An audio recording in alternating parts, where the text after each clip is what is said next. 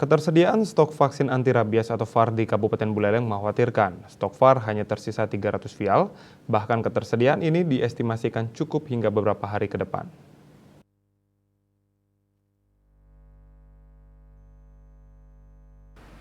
Kepala Dinas Kesehatan Kabupaten Buleleng, Dr. Sucipto mengungkapkan, pasokan vaksin anti rabies di Buleleng semakin menipis, hanya tersisa 300 vial. VAR itu pun rencananya untuk beberapa puskesmas dan rumah sakit daerah di Buleleng. Ia mengakui tambahan stok vaksin sulit didapat. Dengan kondisi 300 vial ini, pihaknya akan lebih selektif lagi untuk pemberian VAR. Pemberian hanya akan dilakukan terhadap kasus dengan risiko tinggi. Sementara itu, kasus gigitan di tahun ini cenderung menurun dibandingkan tahun-tahun sebelumnya. Meski begitu, pihaknya selalu mengimbau kepada masyarakat yang memiliki anjing peliharaan agar rutin melakukan vaksinasi ke dokter hewan maupun ke Dinas Pertanian.